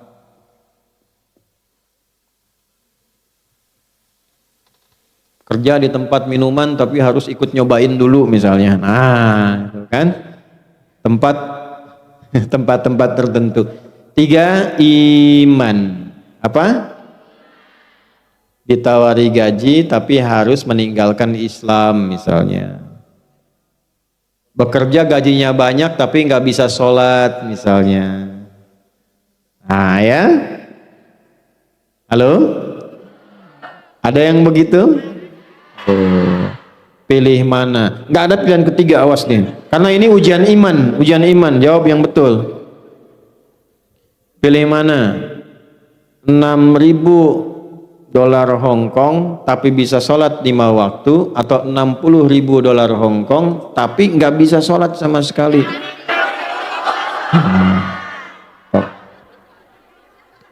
Kalau 60.000 milih itu nggak sholat, wah saya langsung selesai. Nggak ada yang bayar juga ya. Sudah lihat sini. Kenapa saya sampaikan ini? Karena akan ada tiba satu masa, satu waktu, orang sudah silau dengan dunia, tak peduli dengan iman. Itu bahaya. Di satu tempat di Indonesia itu pernah ada pengaduan hanya untuk kerja jaga toko, dapatnya tidak seberapa, tapi dilarang menunaikan sholat. Ingat ya Bu ya, dunia tidak satu saat akan nanti yang dibawa pulang itu bukan bekal yang sekarang didapatkan di dunia, karena alamnya beda. Saya tanya sama ibu nih, di dunia saja hukum sudah beda. Di Hong Kong sama nggak hukum dengan di Indonesia? Mata uangnya sama nggak? Beda. Nah, beda tempat saja di dunia sudah beda hukum. Terus ibu mau pulang ke akhirat mau hukumnya sama? Nggak mungkin. Hukum akhirat beda. Ke alam kubur saja sudah beda. Ibu di dunia pakai pakaian begini, kadang seragaman, kadang dilihat yang bagus dan sebagainya. Tapi begitu masuk ke alam kubur, beda alam, pindah dunianya, tidak berbeda, tidak sama lagi, maka yang dikenakan pun tidak akan sama. Pakaiannya apakah begini? Tidak. Apakah handphone yang kita cari, gaji pertama saya buat handphone ini, nanti masuk ke alam kubur dibawa nggak? Tidak. Dolarnya dibawa nggak? Rupiahnya dibawa nggak? Tidak. Oh, nanti saya mau bawa handphone masuk ke alam kubur, kuburkan ya, kalau kamu kangen miss call aja. Bisa. Miss call dzarratin syarriyah. Gak nyambung. Nah, yang dibawa apanya? Amalnya. Amal pertama yang akan membantu kita saat pindah alam itu, kita yakin sebagai orang beriman, amal pertamanya, ingat dari awal tadi, ada fisik, ada akal, ada roh. Saat meninggal yang dicabut apanya? Rohnya. Maka yang dibawa itu amalan rohnya. Nah, amal roh ini beda dengan fisik. Makanan fisik, makan, sarapan, macam-macam. Makanan akal, belajar, baca. Makanan roh itu ibadah, sholat Bu, baca Quran. Ketika meninggal, rohnya dicabut, itu yang ikut sholatnya, yang ikut pengajiannya, baca Qurannya. Kalau makanan fisik gak ikut. Jadi yang kita kumpulkan sekarang, kalau meninggal itu gak ikut. Yang pintar-pintar sampai punya gelar S1, S2, S3, S4, kerupuk 3, itu sampai dingin, kan kita S semua kan ya, SD, SMP, SMA, S1, S2, itu gelar sebanyak apapun kalau meninggal nggak kepake. Semuanya pengen satu gelarnya, apa artinya almarhum? Bukan, almarhum itu yang disayang Allah. Oh. Almarhum itu yang disayang, dari kata rahimah, almarhum yang disayang Allah. Ini nggak kenal Allah pengen disayang, nggak pernah sholat pengen disayang. Kenal Allah enggak, sholat enggak, baca Quran juga enggak, meninggal pengen disayang. Gimana? Ibu mungkin nggak sayang suami orang? Tidak, karena ibu nggak kenal. Ya, ini nggak kenal Allah pengen disayang. Jadi gelar itu akan hilang. Ini pakaian yang dibawa tidak akan dikenakan. Nah, karena rohnya yang dicabut, maka amalan roh yang dibawa. Ibu mau dapat gaji besar, majikannya perhatian, gajinya enak, hidupnya tenang. Kalau meninggal nggak pernah sholat, nggak akan nyaman di alam kubur. Ini saya kasih tahu sebelum masuk. Kalau udah masuk nggak bisa keluar. Allah yang maha tahu menginfokan banyak orang di dalam pengen keluar. Karena banyak saat di luar itu mengerjakan amalan tidak siap untuk masuk. Mereka mengatakan, fa asaddaqa wa akum minas sholihin. Ya Allah, sebentar aja. Sebentar, kalau diberikan 1 detik pun saya istighfar. Kalau diberikan 1 menit saya sholat. Kalau diberikan 10 menit saya ngaji, ya Allah. Itu mereka mengatakan, sebentar aja. Laula akhartani ila ajalin qarib. Ya Allah, sebentar, kasih diskon sedikit aja. Kalau bisa saya keluar, saya istighfar. Nah, kita mumpung masih di luar, belum mah. Kalau sudah masuk tidak bisa keluar. Nah, pertanyaannya sebelum masuk, bekal apa yang dibawa masuk? Karena setiap pindah tempat mesti ada bekal. Ibu mungkin gak datang ke Hong Kong kalau nggak bawa bekal. Tidak, kan nggak bisa jalan kaki ke sini. Dari Sumenep ke sini jalan nggak mungkin, pakai pesawat dulu, ke Cengkareng dulu, ya, dari Cimahi gitu juga, dari Kudus gitu juga, dari Kalimantan pakai pesawat dulu, mesti ada bekal, nabung dulu, betul? Sekarang mau masuk kubur nggak ada bekal, susah masuk. Di mana? Man rabbuka, kata malaikat. Aduh, kada abi mata terang ya. Dipukul di palu tuh, dikasih hidup 70 tahun gak kenal Allah. Ada anak 3 tahun sudah bisa menyebut Allah, Allah, ya Allah, ya Allah. 3 tahun mau disuntik, astagfirullah katanya tuh. Ada orang 30 tahun dikasih hidup gak bisa nyebut nama Allah. Ibu jauh-jauh ke Hong Kong, kalau sudah dikirim sampai ke Hong Kong belum kenal Allah, kemana lagi mesti dikirim?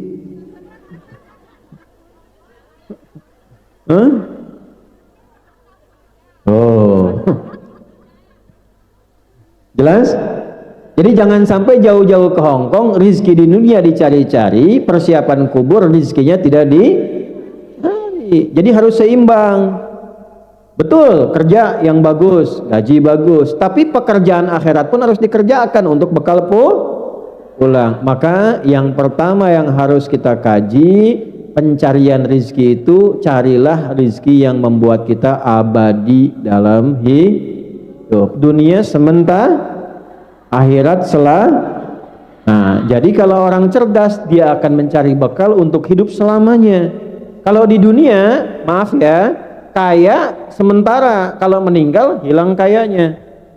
Kalaupun cukup, orang sebut miskin sementara.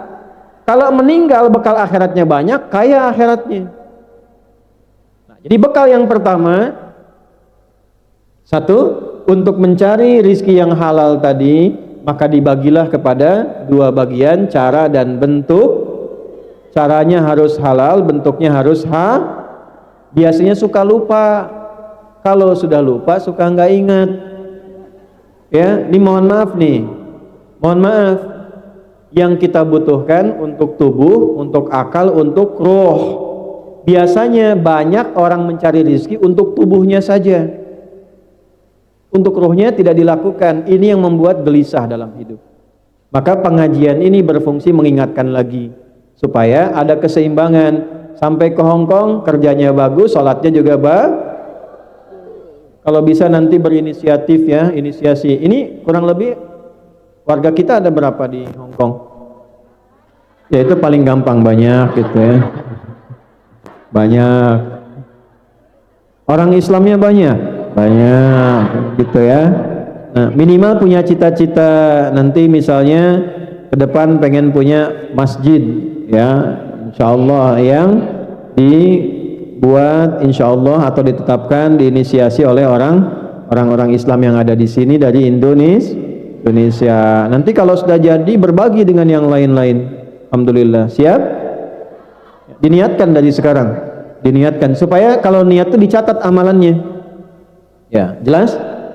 Nah, sekarang kita masuk ke bagian yang kedua, amalan-amalan yang memudahkan mendapat rizki sekaligus membahagiakan dalam mendapatinya. Yuk kita catat amalnya satu-satu ya. Masih ada waktu? Oh, ya. Sampai jam berapa? Baik, ya nggak apa-apa. Silahkan ibu sampai jam 1. Saya sampai jam 12 selesai. Yuk, satu ya. Saya tes dulu, tes. Pelan-pelan.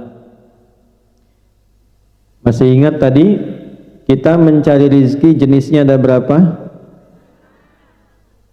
Baik. Tubuh kita ini ada berapa jenis? Satu apa? Fisik. Dua apa? Tiga apa? Tuh. Nah, jadi mencari rezeki pun harus memenuhi kebutuhan 3 bagian diri kita ini. Fisiknya, akalnya, atau apa? Ruhnya. Sekarang kita mulai dari rezeki untuk ruh dulu. Ini materinya agak dalam. Sebab kalau ruhnya tidak baik, fisiknya tidak akan baik. Saya ulangi ya. Kalau ruhnya sakit, fisiknya ikut sakit. Dan obatnya nggak akan ditemukan di rumah sakit. Iri, dengki, ria, itu penyakit hati. Kalau sakit hati, iri hati, tidak ada iri mata. Iritasi. Dengki hidung misalnya, nggak ada. Ibu cari itu rumah sakit secanggih-canggihnya di Hong Kong, klinik. Saya pusing gitu. Apa gejala yang dirasakan? Kalau majikan saya beli tas baru, saya pusing. Gak ada obatnya. Nah, maka yang pertama, yuk amalan untuk mendapatkan rizki bagi roh. Quran surat 13 ayat 28. Ala bidzikrillahi tatma'innul qulub. Yakinkan pada hatimu yang paling dalam, dengan banyak berzikir kepada Allah akan memberikan ketenangan pada hatimu. Jadi rizki yang paling tinggi untuk roh, untuk kalbu kita adalah ketenangan. Tadi yang pertama ditulis. Rizki pertama untuk kebutuhan kalbu, yaitu ini langsung Allah yang sampaikan. Ini intinya. Ala wa inna fil jasadi mudghatan idza salahat salahal jasadu kulluhu wa idza fasadat fasadal jasadu kulluhu ala wa hiyal qalb. Ada inti kehidupan manusia, kalau itu tenang yang lain baik semua. Kalau ini enggak tenang, rusak kalbunya, maka semua tubuhnya pun akan rusak. Di sini intinya. Nah, amalan untuk ketenangan kalbu itu hanya satu. Karena yang menguasai kalbu itu Allah, yang mencipta Allah, di dalamnya ada roh yang punya Allah, yang tahu siapa? Allah. Kata Allah, amalan kalbu itu adalah ini.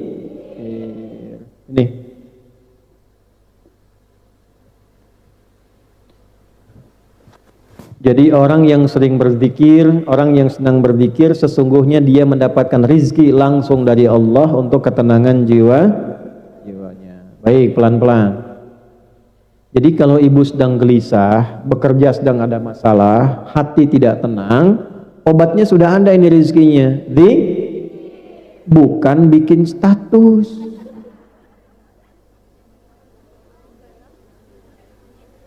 Buka Instagram.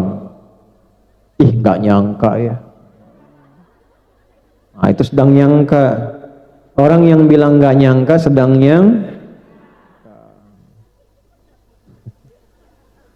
nggak seperti dia gitu. Macam-macam. Jadi sekarang sudah tahu kalau sedang gelisah, sedang nggak enak, sedang ada masalah, apapun pekerjaannya, sedang bikin nggak tenang, alihkan kemana? Ke Sekarang apa saja bentuk zikir itu? Ya, sekarang kita rinci. Ya, kalau sudah tahu, sudah selesai pengajian. Jenis-jenis zikir. 1. Pelan-pelan. Saya berikan beberapa kalimat ya, beberapa amalan. Satu, kalimat yang mudah diucapkan, menenangkan kepada hati, mendatangkan cinta Allah. Mau? Istighfar.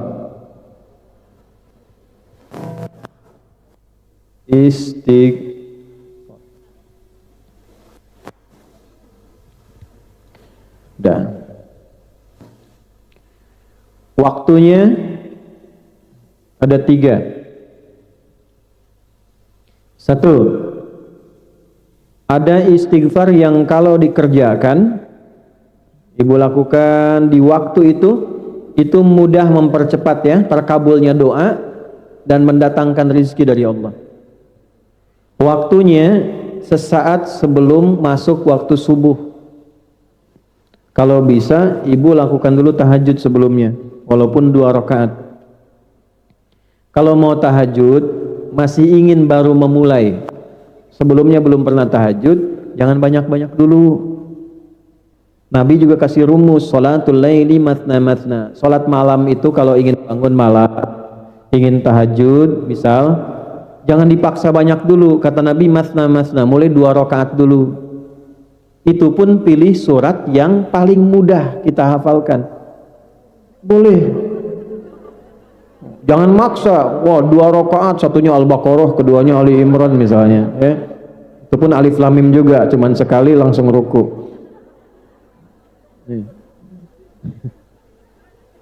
Enggak, ini betul. Dalilnya Al-Muzammil ayat ke-20, faqra'u ma tayassara minal Quran. Silahkan tahajud, baca yang paling mudah, yang paling ringan. Misal karena ini lagi musim dingin, misalnya di Hong Kong, kul ya, baca 3 kul. Rakaat pertama qul a'udzu birabbil falaq, rakaat kedua qul a'udzu birabbin, nah nanti witir qul huwallahu ahad. Nggak apa-apa, nggak sampai, nyaman dulu aja, yang penting nyaman. Nanti kalau sudah merasa bosan dengan 2 rakaat, tambah lagi 2 rakaat, 2 rakaat lagi misalnya ad-duha dengan al-insyirah, nggak apa-apa, sampai merasa nyaman dulu. Jangan dipaksakan langsung 11, langsung 23. Nanti begitu capek besoknya nggak mau lagi. Betul. Nabi juga bacanya yang ringan-ringan. Nabi itu kalau tahajud yang ringan, tapi ringan versi Nabi beda dengan ringan versi Nabi itu paling ringan, rakaat pertama 100 ayat Al-Baqarah. Ya pernah ada yang mau ikut di belakang beliau, beberapa sahabat. Ya pernah ikut tuh di belakang beliau. Ternyata rakaat pertamanya begitu 100 ayat Al-Baqarah, ditunggu mau ruku nyambung sampai selesai. Betul, dikira mau ruku nyambung Ali Imran, dikira mau ruku nyambung An-Nisa. Begitu selesai 5 juz 4 halaman kurang lebih, rakaat pertama 5 juz 4 halaman kurang lebih, ruku rakaat pertama, besoknya nggak ada lagi yang ikut. Nah, maka mulai dengan apa? Tahajud dulu. Nah, tahajud pun kalau bisa jangan terlalu awal. Kalau baru mau memulai ya, belum terbiasa, dekatkan ke subuh. Bisa subuh jam berapa tadi?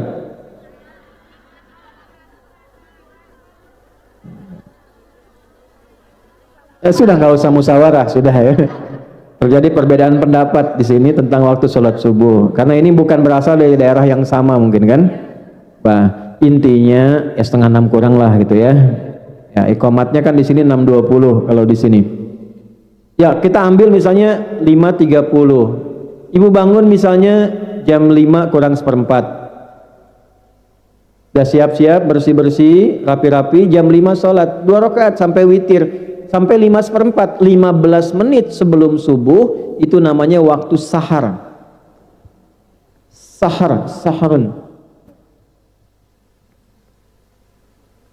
Amalan yang dikerjakan saat sahar namanya sahur.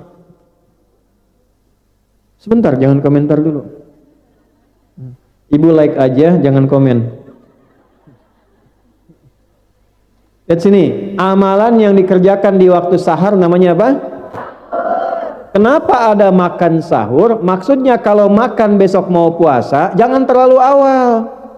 Dekatkan ke subuh. Dekat, supaya apa? Kalau makannya dekat subuh, energinya makin banyak, makin kuat menjalani puasa. Satu. Yang kedua, dekat ke subuh, jadi nggak tiduran dulu. Bisa istirahat sebentar, nggak terlampau ngantuk, langsung bisa sholat. Jelas?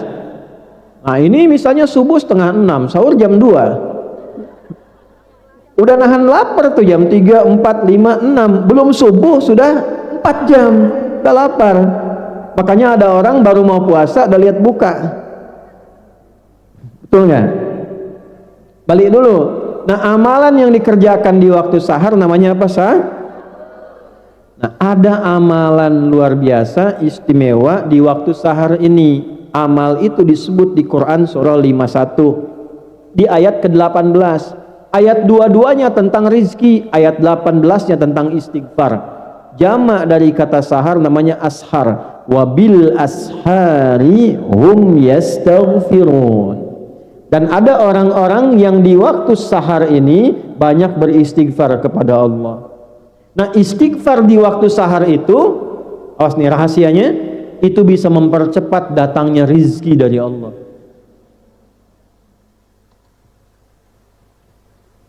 Sudah? Jadi ayat 18-nya tentang istighfar, ayat 22-nya tentang rizki. Jadi kalau bisa, ya malamnya bangun dulu, tadi jam 5 kurang seperempat, jam 5-nya sholat walaupun 2 rakaat. Setelah itu witir, istighfar. Apa kalimat istighfarnya? Bacaannya apa? Nah, sebentar.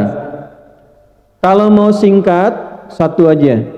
Astaghfirullahaladzim, astaghfirullahaladzim, astaghfirullahaladzim. Sudah? Kalau ingin istighfarnya itu sekaligus menggugurkan dosa, diampuni dosa-dosa yang sebelumnya pernah dikerjakan. Ini ada ijazahnya langsung dari Nabi nih. Astaghfirullahaladzim alladzi la ilaha illa huwal hayyul qayyum wa atubu. Bagus. Itu ya. Kalau bisa astaghfirullahaladzim alladzi la ilaha illa huwal hayyul qayyum wa atubu ilaih. Jelas? Baca itu sampai datang waktu subuh. Di alarm aja. Kasih alarmnya adzan misalnya, karena kan jarang terdengar sampai ke rumah kan? Baik. Nggak ada adzan kan? Nah, dan ibu nggak harus adzan sendiri. Pakai aja suara alarm pas jam sekian adzan, berhenti, siap-siap waktu subuh. Coba mulai praktekkan. Lagi sudah masuk bulan Rajab nih, praktekin. Ya, siap? Nah, nanti lihat setelah itu perbedaannya seperti apa. Nah, yang kedua, ada istighfar yang dilakukan saat berbuat salah. Nanti dalilnya Quran surat Nuh ayat 10. Faqultu astaghfiru rabbakum innahu kana ghaffara. Tuh lihat setelah itu, yursilis samaa 'alaikum midrara wa yumdidkum, melipat gandakan harta. Istighfar. Jadi kalau sedang salah, langsung istighfar. Salah lihat, istighfar, astagfirullah. Ya, yang bapak-bapak biasanya nih. Luar jalan, lagi musim panas tuh, astagfirullah. Astagfirullah tuh langsung paling ya, astagfirullah. Astagfirullah. Nah itu dibalas oleh Allah, diperintahkan malaikat catat ganti dengan rizki. Jadi berpaling dari yang salah diberikan yang soleh, dan ternyata tambahannya ditambahkan rizki oleh Allah. Itu rahasianya tuh. Jadi istighfar, taubat dari kesalahan, taubat dari dosa, itu mendatangkan ampunan sekaligus pemberian rizki. Nah, satu istighfar menjelang subuh. 2 istighfar saat berbuat sah. 3 istighfar dalam setiap kesempatan, tidak dibatasi waktu. Misal nunggu ustadz kajian, banyak istighfar, astagfirullah, astagfirullah, astagfirullah. Di jalan perjalanan istighfar, astagfirullah, astagfirullah, astagfirullah. Yang ketiga ini yang paling dahsyat. Kalau sudah terbiasa pada yang ketiga, maka datanglah cinta Allah. Itu Bu, kalau Allah sudah cinta, belum minta sudah dikasih. Ibu kalau ada anak yang sangat dicintai, dikasih apa aja kan? Belum minta sudah diberi kan? Itu kalau ada hamba Allah rajin istighfar, tanpa batas, tanpa waktu, jangankan meminta, sebelum minta yang dia butuhkan Allah kirimkan. Jadi ada, sekaligus saya tutup sebentar, Ada satu orang pembuat roti, dia rajin istighfar, bikin roti istighfar, bikin adonan istighfar, istighfar terus kan. Tiba-tiba ada seorang ulama besar sekali, namanya Imam Ahmad bin Hanbal. Ada yang menyebut Imam Hasan al-Basri, tapi semua orang sepakat ulama, hanya beda tentang siapa namanya. Intinya ulama besar ini tiba-tiba datang ke daerahnya, pengen datang aja karena capek lelah, singgah di masjid, Bu. Begitu tiduran ya, di situ viral, ulama besar viral, tapi nggak pernah lihat orangnya. Karena dulu kan nggak ada YouTube, nggak ada Facebook, nggak ada Instagram ya, nggak ada TV. Jadi tahu namanya tapi tidak pernah lihat orang. Begitu kemudian beliau sedang rebahan di dalam masjid, itu diusir oleh marbotnya. Kamu nggak boleh rebahan di sini. Padahal marbot itu dengar ulama besar tapi belum telah lihat orang. Dan ulama ini saking tawadunya nggak bilang, saya ini ulama besar loh, gitu enggak. Keluar, tiduran di luar, di pelataran masjid, diusir juga, nggak boleh di sini, keluar. Roh katanya, roh. Ya, roh itu bahasa tertinggi. Kalau orang marah, orang Arab minta pergi, pertama idhab, pergi. Yang kedua barwah itu di luar, keluar sana. Yang ketiga roh itu dari kata roh, pergi dengan roh-rohnya sekalian. Roh katanya. Ya Allah, roh, pergi. Rohnya pun jangan tinggal, pergi katanya. Itu begitu ulama besar ini keluar jalan, tiba-tiba kelihatanlah di tempat toko yang tukang roti tadi sedang bikin adonan. Nah, tukang rotinya lihat lelah kan, dipanggil, Syekh, kayaknya lelah, istirahat di sini saja katanya. Nah, begitu sedang istirahat, singkatnya ulama ini melihat si pembuat roti ini sering istighfar. Ulama ini tahu faidahnya, tahu manfaatnya, tahu. Tapi ingin membuktikan di lisan pembuat roti ini, bertanya, ya fulan, aku lihat tadi kamu bikin adonan istighfar, jadi roti istighfar. Saya hanya ingin tanya, apa manfaat istighfar ini untuk kamu? Kata pembuat roti ini kisah nyata. Wallahi demi Allah, tidak pernah saya membiasakan istighfar ini kecuali Allah selalu mengabulkan doa saya. Tidak pernah satu doa pun ditolak, kecuali satu yang belum terkabul. Apa itu? Saya selama ini minta kepada Allah, ya Allah, mohon pertemukan saya dengan sosok ulama besar, sebutlah misalnya Imam Ahmad bin Hanbal, sebelum saya meninggal atau beliau wafat. Langsung terperanjat ulama ini berdiri mengatakan, astagfirullah. Jadi karena istighfar kamu ini, saya tiba-tiba pengen kesini, dikeluarin dari masjid, nggak boleh rebahan di luar masjid katanya. Karena istighfar kamu ini. Barulah si tukang roti itu tahu ternyata ulama yang diantarkan ke depannya itu hasil dari istighfar. Jadi kalau Ustadz Muhaimin jarang-jarang datang, istighfarin tuh. Astagfirullah. Saya diistighfarin. Jelas? Nah, minimal kalaupun belum ada yang kita harapkan, minimal ada hati yang Nah, tuh bentuk zikir yang pertama. 2, Al-Quran. Apa yang kedua? Biasakan ngaji ya. Ya, walaupun sehari satu ayat, nggak apa-apa.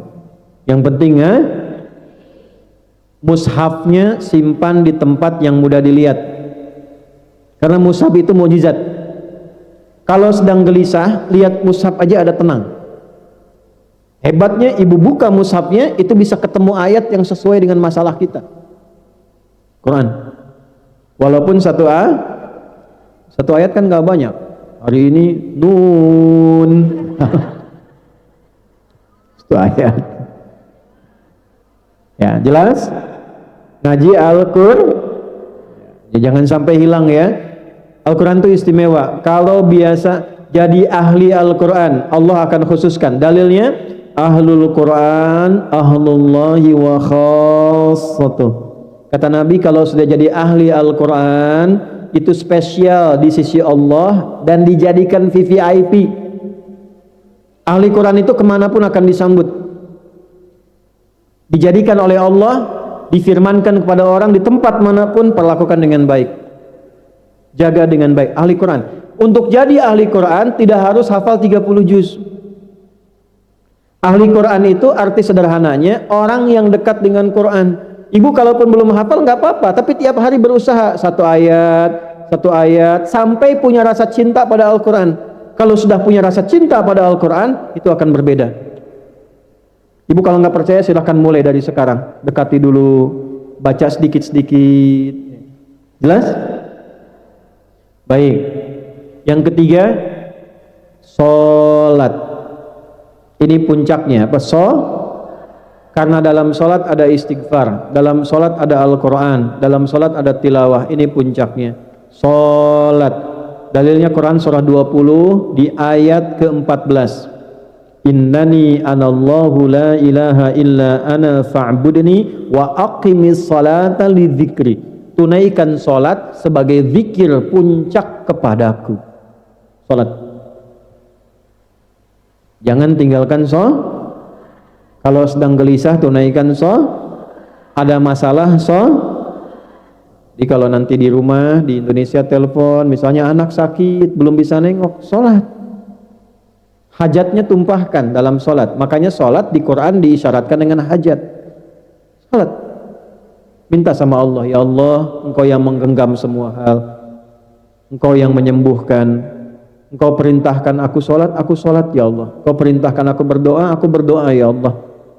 Sekarang aku mohon padamu yang telah berjanji mengabulkan. Kalau dengan apa yang aku kerjakan belum Engkau kabulkan, tunjukkan padaku dengan cara apa lagi aku mesti menunaikan ibadah kepadamu. Sholat. Nabi Zakaria belum ada keturunan, apa yang beliau amalkan? Sholat. Nabi Ibrahim meninggalkan Ismail, pesannya sholat. Ya, semua sholat. Nabi Musa sholat, Nabi Isa sholat. Jadi semua kalau ada persoalan menunaikan sholat. Jadi tolong jangan tinggalkan apa Jelas sampai sini? Baik. Yang terakhir sebagai bonus, perbanyak sholawat. Ya. Saya lihat Masya Allah ya, Masya Allah ini ahli sholawat terlihat ya. Kita masuk tadi sholawat sampai ada rasa cinta pada Nabi. Ya, kalau sudah ada rasa cinta pada Nabi, biasa sholawat, nanti Allah balas minimal 10 kali lipat. Ya, kata Nabi gini, man shalla alayya sholatan wahidah sallallahu alaihi asyru sholawat. Siapa yang biasa sholawat padaku walaupun cuma sekali, Allah akan perintahkan pada malaikat balas 10 kali lipat. Nah ini rizki yang pertama. Jadi kalau sudah bisa sholat berarti masih dapat rizki. Orang yang walaupun gajinya besar, kerjanya enak, tapi dia tidak sholat, sejatinya dia belum mendapatkan rizki dari Allah. Minimal untuk kebutuhan rohnya. Bisa sholawat, istimewa. Bisa baca Quran, istimewa. Bisa istighfar, luar biasa. Jadi ini bagian pertama, mencari rizki di tempat yang jauh dan membahagiakan. Intinya satu. Sudah capek?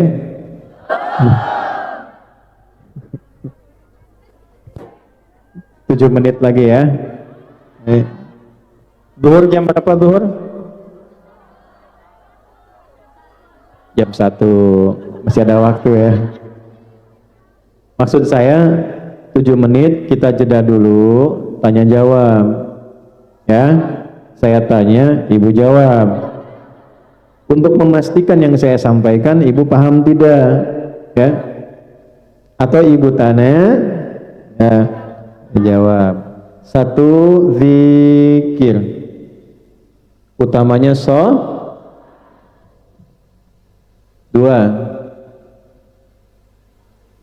Sudah. Mencari rizki untuk akal. Ini harus berfungsi. Ini agak dalam Bu ilmunya ya. Kalau akalnya bekerja, nanti fisiknya mudah tugasnya. Dimanapun Ibu bekerja. Kalau ilmunya nambah, nanti kerja fisiknya ringan. Apa amalan untuk rizkinya akal? Yang pertama, rajin baca. Ya, rajin baca. Apa saja yang bermanfaat? Tugas Ibu apa misalnya? Oh, saya di rumah nih tugasnya sebagai asisten. Ada nggak sahabat-sahabat Nabi yang pernah jadi asisten? Ada. Siapa contohnya? Ya, coba angkat tangan, siapa? Sahabat Nabi yang pernah jadi asisten. Bilal, siapa lagi? Ali bin Thalib, siapa lagi? Terus Anas. Coba angkat tangan. Sudah, ini serius nih. Dapat hadiah nih. Udah waktu habis nih. Pendek sekali nih. Baru mau nyebut umur waktunya habis. Nih, saya kasih satu aja. Asisten Nabi itu ada yang anak-anak remaja ada yang dewasa ada. Di antara yang dewasa itu ada yang namanya Anas bin Malik. Itu dari remaja sampai dewasa, kurang lebih 20 tahun mengasisteni Nabi. Tahu nggak apa yang terjadi? Anas ini punya ibu namanya Malikah. Pelan-pelan ya. Ibunya siapa namanya? Single parent. Datang ke Nabi mengatakan, "Ya Rasulullah, saya punya anak cekatan nih, bisa jadi asisten Nabi." Oleh Nabi diangkat jadi asisten. Jadi asisten Nabi selama 20 tahun. Didoakan oleh Nabi umurnya panjang, hartanya berlimpah. Sepeninggal Nabi termasuk jadi sahabat yang kaya, orang kaya, umurnya panjang, keturunannya banyak. Anda bayangkan? Kebayang tidak? Tidak, saking dahsyatnya itu. Ya, tugas asisten jadi asisten rumah tangganya Nabi selama 20 tahun, sepeninggal Nabi, termasuk jadi orang paling kaya, umurnya panjang lewat 100 tahun, keluarganya sejahtera. Nah, apa yang dikerjakan oleh Anas ini? Beliau menghidupkan akalnya, belajar dari keistimewaan Nabi. Jadi kalau ada ibu yang bertugas misal ya, di rumah tertentu, atau di kantor tertentu, di pabrik tertentu, jangan hanya mengerjakan tiap hari begitu, belajar juga apa sih profesi dari majikan saya ini. Ya, pelajari kegiatannya, pelajari misalnya ilmunya sedikit-sedikit dengan bertanya, nggak apa-apa, nanya aja. Sambil mengerjakan apa yang dikerjakan, nanya pelan-pelan. Nanti tanpa disadari, setahun itu punya pengetahuan yang cukup meningkat, bakatnya naik. Sudah paham apa yang harus dikerjakan. Nah, kalau akalnya itu meningkat, biasanya pekerjaan fisiknya jadi berkurang. Atau yang kedua, minimal baca. Ya, baca apa aja, baca supaya pengetahuan meningkat. Apa yang dibaca, yang kita butuhkan. Misal, tinggal nih di Hong Kong, baca peraturan-peraturan di Hong Kong, tempat-tempat di Hong Kong dan sebagainya. Jadi kalau misalnya ada nih koleganya majikan dari luar datang, Anda bisa cerita, ini ada tempat bagus di sini begini.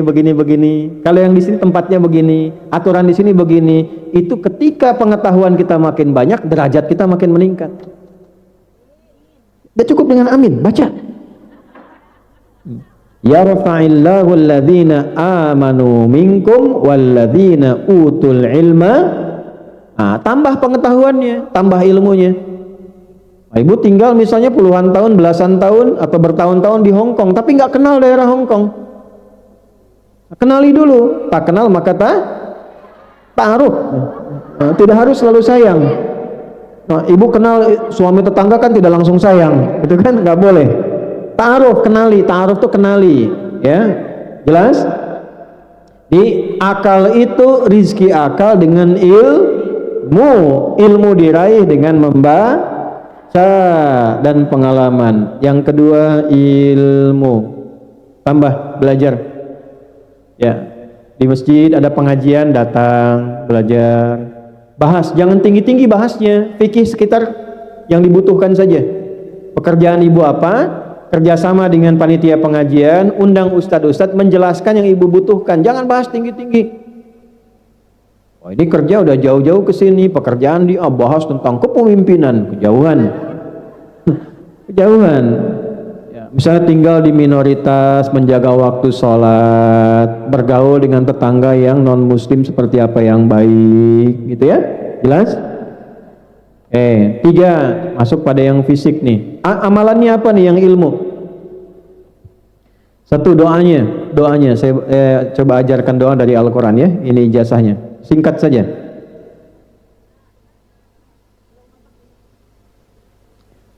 Rabbi zidni ilma. Sudah?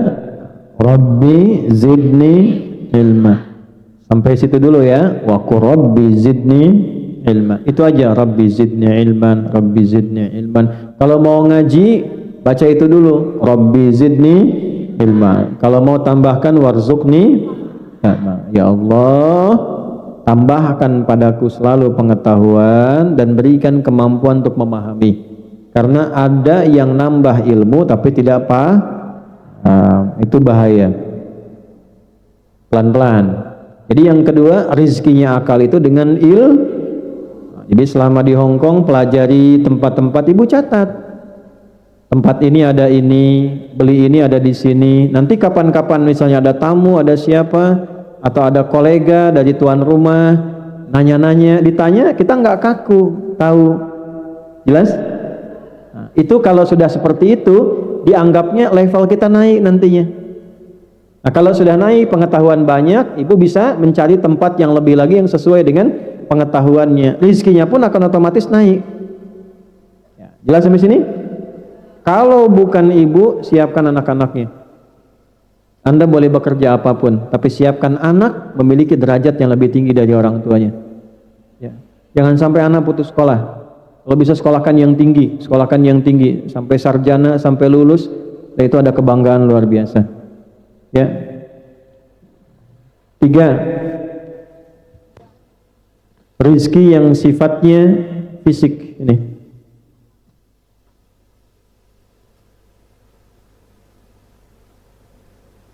Pelan-pelan. Saya cek dulu untuk memastikan rizkinya roh apa itu? Zikir. Rizkinya akal? Ilmu. Tadi sudah ya, amalannya sudah, bacaannya sudah. Rizkinya fisik. Sekarang masuk pada bagian yang ketiga. Segala yang dikonsumsi yang sifatnya halal, yang dimakan, yang diminum, yang dipakai. Segala yang dikonsumsi yang sifatnya yang dimakan, diminum, pakaian, pastikan halal. Bagus, boleh, tapi bagus punya orang jangan. Baik ya. Makanan enak boleh, enak tapi haram tidak boleh.